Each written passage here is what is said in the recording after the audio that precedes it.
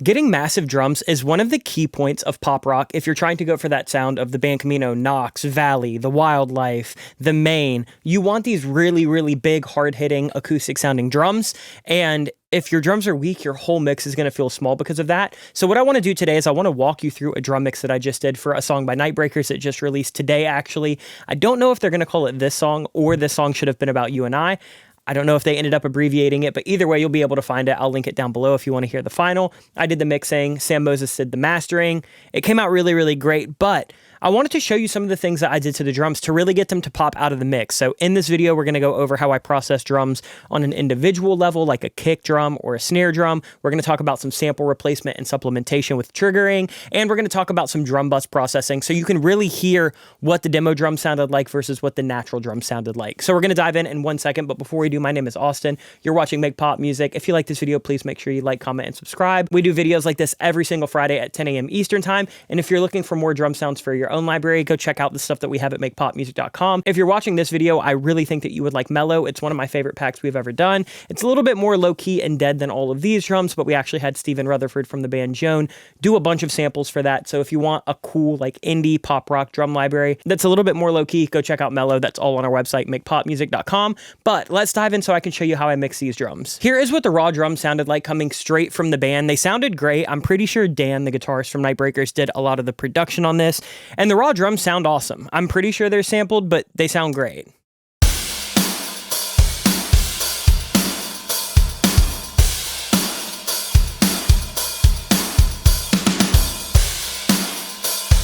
So you can see right here, we have a lot to work with. We have a kick trigger, we have a snare room. They sent a blank snare trigger track, but that's okay. We'll fix that later. They sent an overhead track, drums, drum comp, drum verb, and then just some shakers, hats, toms, stuff down here. We're really focusing on the main shells for this video, so the kick, the snare, and getting the rooms to punch. So for now, those are the drums raw. The first thing that I like to do when I'm doing any kind of drum mix is I'm actually going to go through and I'm going to set all of my levels. So right here, you can see that I'll start clip gaining some things. So I believe unison was like 13.5 dB up. So that's just where I set it, just to get everything pumping my compressors like I like in my mix chain. But we're adding essentially like an extra 3 dB to the kick, an extra 7 dB to the kick room. We also have a kick trigger and some snare triggers that we'll talk about in just a second. We have the snare drum about 2 dBs up, the snare room. So we are doing quite a bit of just general leveling. Leveling to me is one of the first things that I like doing. And what I'm doing in this is I really want to find the relationship between the kick and the overhead and the snare and the room sound. I want everything to feel cohesive, but I'm leaving the kick and snare a little bit low now because I know that I'm going to be mixing into them. I know that I'm going to be triggering them. I know that I'm going to be adding extra layers. So right now, here is what my drums sound like.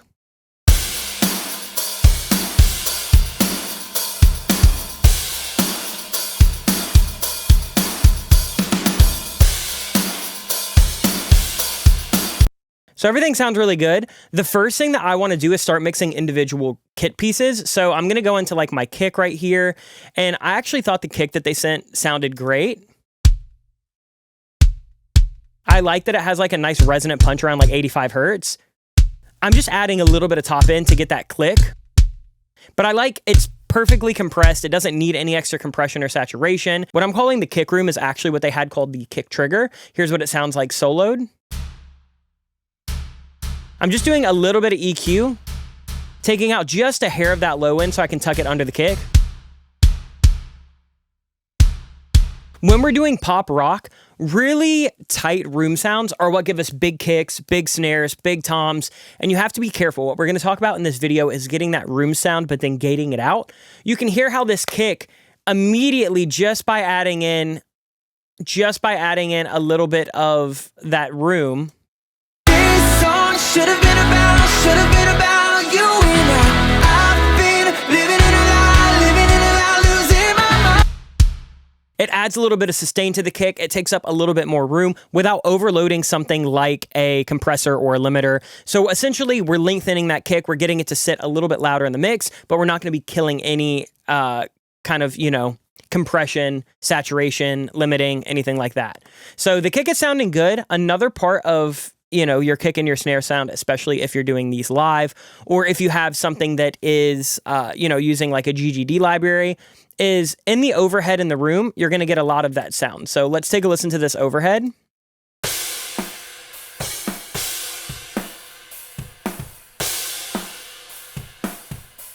A lot of the time what I like to do to start my drum mix is get the overhead in the rooms feeling really, really right. So I'm just using this preset overheads tight, where essentially I am taking out quite a bit of like this like 550 boxy area. I'm adding a little bit of like 6.8K. I'm doing quite a bit of compression with like a medium fast attack, medium fast release.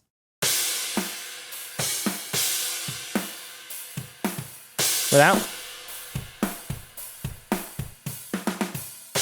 Just kind of squeezing it, not doing a ton for the kick and snare, but then we're just softening this up a little bit.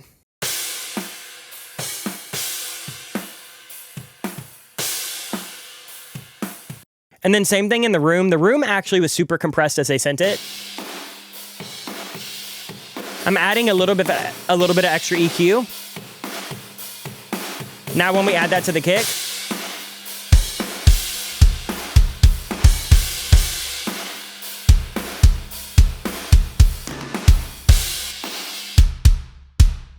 it just adds a little bit of extra beef. You just want to make sure that as you're working with your kick and your snare, especially in solo, if they are coming through your overheads in your rooms, you're not having too much of one frequency that then ends up in the overhead later. It's cool to actually think about your drums as a whole. I'm showing you in solo to kind of highlight things, but the kick is feeling okay right now. Really all we needed to do was a little bit of EQ and adjust some of the levels with the room. And to add a little bit of extra beef, what I'm doing is adding in my own kick trigger, and I'm just using this DB Kick 2 from the Dan Braunstein's One Shot. And I'm actually just going to go ahead and soften this up quite a bit. I'm doing a big roll off at 70 Hertz. I don't need all the sub at 3.5 dB. And I'm doing a big roll off at like 3K Hertz, doing about a 3.5 dB. And then I'm taking out quite a bit of this click. This kick drum is very scooped and subby and clicky. And I'm essentially just softening that.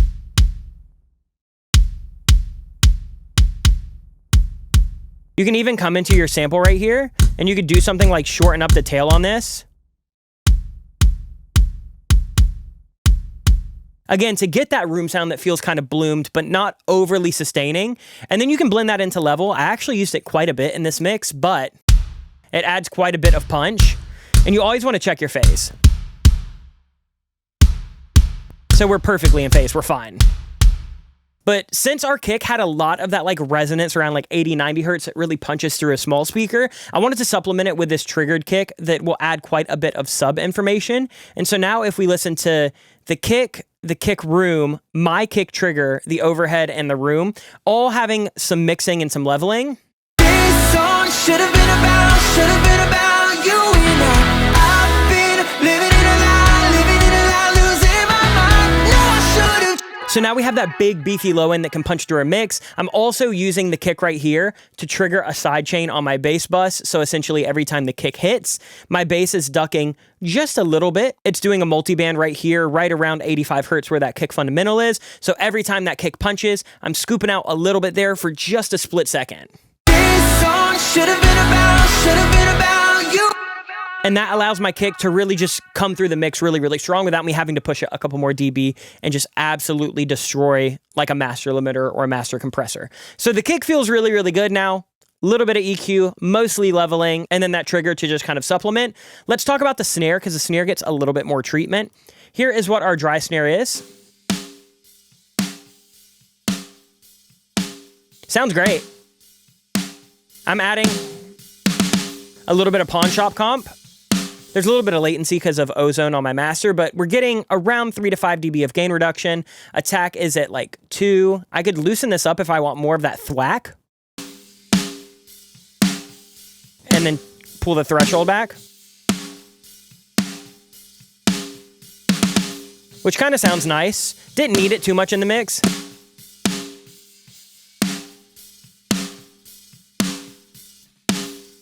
And then in here, we're just using the 12AX7, the nickel. Here are some of the settings. It is basically just starting off of the Snare Smash preset and then making a couple little adjustments.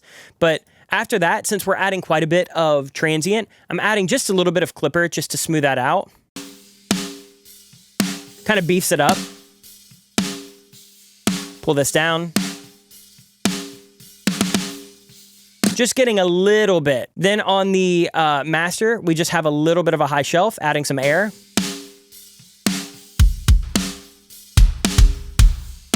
Let's add these overheads and rooms back in.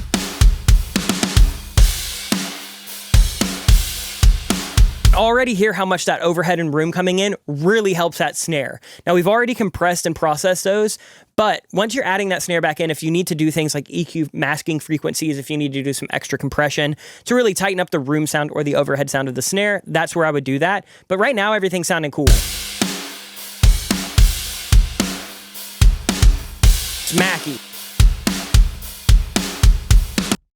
They also sent a snare room sample. This is really important. Great sounding room. I'm just using a gate. So what a gate is doing is it's essentially telling this track whenever the volume dips below 45, 46 dB, we're going to cut it out at a 115 millisecond release. And what essentially that does is that allows me to have all of that room sound to really take up the stereo space and push that snare forward in a mix without having, you know, just a huge trail and just kind of washing out and becoming ambient. So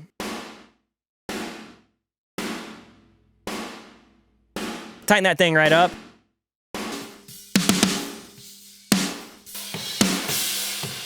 If I take this off,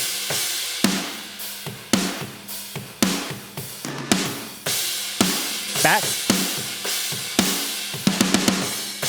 it just kind of kills some of those like overtones that you don't really want. It kills some of that like muffled room noise. It allows the kick to punch through a little bit more.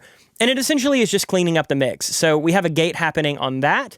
Then we are supplementing this snare with two different triggers. We have one trigger for the verse and one trigger for the chorus. So in the chorus, I'm essentially using Trigger by Slate 2. And I'm just using this preset out of Just Add Drums. Crazy, like fully mixed, but not overly hyper processed, just kicks and snares that they have over there. Not sponsored at all, bought it with my own money at full price, but these things have saved a million mixes for me. I have the Smacker Low preset, and I have Link Tune, and the tuning is just down 10 cents. I'm adding quite a bit of extra punch and sizzle, but again, we need that gate to come through. So we need that gate. When this goes below 29 dB, we're cutting it off. Because without it in the mix, let me show you what it sounds like. It gets so messy. This song should have been about you and I've been living in a lie, losing my mind. No, I should have treated you better. Now I know you're gone forever. This song should have been about you and I. Gating that trigger allows me to get, boom, a ton of punch through my mix. But again, we don't want a bunch of tail where we don't need it. We don't want a bunch of extra just like decay that's just going to muddy up our mix. And then we're doing a 1.4 dB high shelf at like 1.8K. Other than that, we do have a trigger for the verse just because we wanted something a little bit less cracky and had a little bit less room sound. So for this one, I'm using the Rock Medium preset, again, out of Just Add Drums. And here's what it sounds like. Much more chill. We're adding Saturate by Loop Trotter. I love this thing. I have this on the kick and the snare preset, and I just kind of mess with the mix and the magic. So drive is at 40%, mix is at 55%, magic is at 60%. Adding some saturation, a little bit of clipping, beefing it up. And you can see over here that by doing like some saturation on this extra trigger, without it, we're at -7. We're really only eating up like another dB, half of a dB of headroom, but it sounds so much thicker and louder. And then again, we're gating this out. If you want more of that room sound, you could loosen this up. I really like the tight gated sound, and in the verse, it sounds like this. If we mute this trigger. And no, I'm not right. Didn't realize that I was so replaceable. So now we have all of the kicks and the snares figured out. We have a good balance between our dry mics, our room mics, our overheads. We've kind of compressed everything. They also sent this drum verb here that I'm not really doing a ton on. I'm just leaving that just to give me a little bit of that extra ambience, and I just kind of automate it through my mix. Goes up a couple dB in the chorus, comes down a couple dB in the verse. Nothing super wild on that. And then the rest of this stuff is just aux, percussion like claps and shakers. We're not really doing anything on any of these. The hi-hat, tambourine, rack, nothing happening on those. We really just wanted to focus on that kick and that snare. And I actually think that now, if we were to take a listen to this chorus, sounds like this. This song should have been about you and I've been living in a lie, losing my mind. No, versus the initial drums. this song should have been about you and I've been living in a lie, losing my mind. No, I should have treated you better. Now I know you're gone for. So just by doing some small leveling, doing a little bit of sample supplementation, we get them to sound a lot beefier. But now I want to add a little bit of glue. This is where bus processing comes in. I'm using Decapitator just because I know Dan used this on the demo and really liked it. So he actually sent me the setting just to recreate, and I tried it out. Sounded cool. I'm doing a little bit of drive at like 2. Low cut is not activated really. Tone is right below noon. High cut, don't need it. And then mix is like right at 10 o'clock.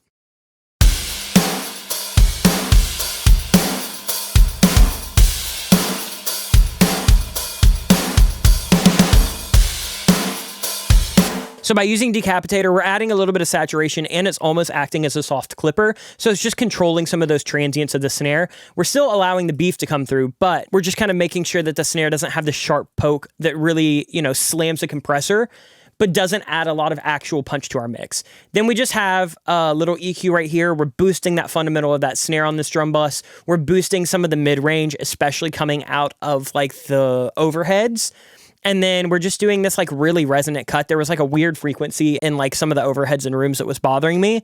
I could have done it on the individual tracks, but I decided to do it on this entire drum bus just so everything would feel a little bit more glued together. But without this, This song should have been about you and I've been living in a lie, losing my mind. No, I should.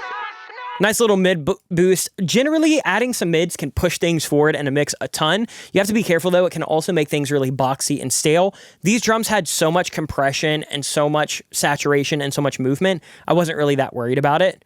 And then we're using what is like my secret sauce is Devil Lock on all drum buses. We have Crush at 2, Crunch at 1. We're on the fast release. Darkness is at 1, and Mix is legitimately here 0. We're like one little mouse turn away. But what this does is a level lock, which is what this is modeled after, will essentially like infinitely compress and expand to where the room sound is the same level as the transient of a snare. Some of the cymbals come up. So if you were to have this at a mix 100, prepare your ears. It's going to be insane. It's so pumpy and gross, but if we blend this just in, we're basically doing some parallel saturation and compression. And to me, this glues everything together massively. Without.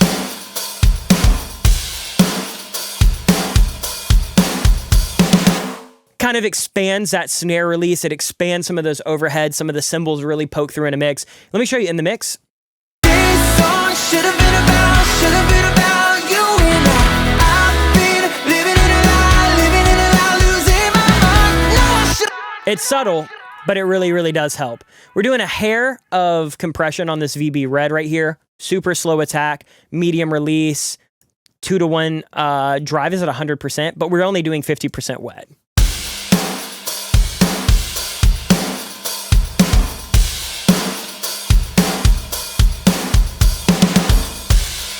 What we're using this for is to essentially round out the low end on the kick to where we don't just get this really attacky and, fast release kick drum. We're kind of smoothing it out so we get this kick that in the mix punches longer, but less intensely at once.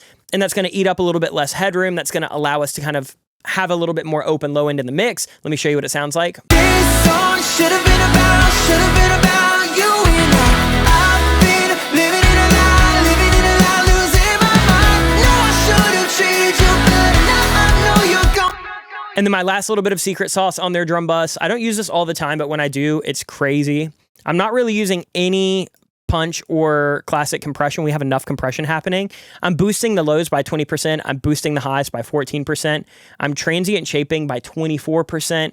I'm adding like 23% of saturation, but my mix is at 48%. And what this is doing is it's essentially just making these feel a little bit more modern.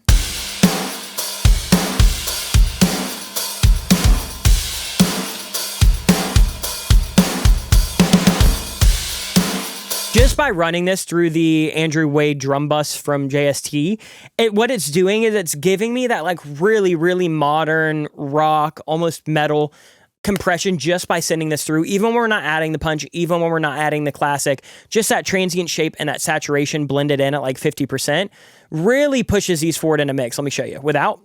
This song should have been about you and I've been living in a lie, losing my mind. No, I should. And what I want to show you is these feel so beefy in the mix. Let's take a look right here. If we turn off the entire drum bus, let's see how hard we're hitting this meter.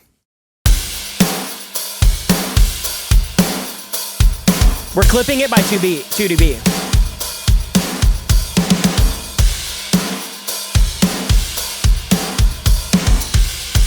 We've gained like 3 to 4 dB of gain reduction, but let me show you in the mix. They feel almost just as loud, but we're eating up less headroom because we're doing some compression, we're doing some saturation. And so without the drum bus, This song should have been about you and I've been living in a lie, losing my mind. No, I should have treated you better. Now I know you're gone forever. This song should have been about you. we're just getting the drums to sit in the mix a little bit more rather than right on top. And then you get your piece de resistance, which is, here's all of the drums compared. Here's the demo drums. This song should have been about you and I've been living in a lie, losing my mind. No, I should have treated you better. Now I know you're gone forever. This song should have been about you and